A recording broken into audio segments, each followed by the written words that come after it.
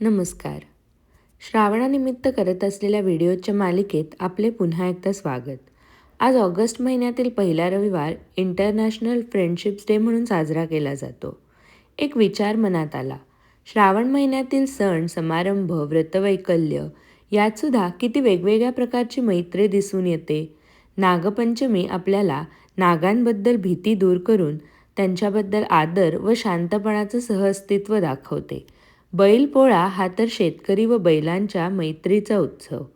अनेक प्रथा व परंपरांमागे निसर्ग सहवास व निसर्गाशी मैत्री वाढवण्याचा हेतू असावा. याच काळामध्ये आपण भक्ती, ध्यान व पूजनाच्या मार्गे ईश्वराबरोबर मैत्री दृढ करू शकतो. आणि सगळ्यात महत्त्वाचं म्हणजे हा काळ स्वतःशी मैत्री करण्याचीही उत्तम संधी आहे. आपण आत्मचिंतन, आत्मसंगोपन करून वैयक्तिक वृद्धीसाठी प्रयत्न करू शकतो. धन्यवाद.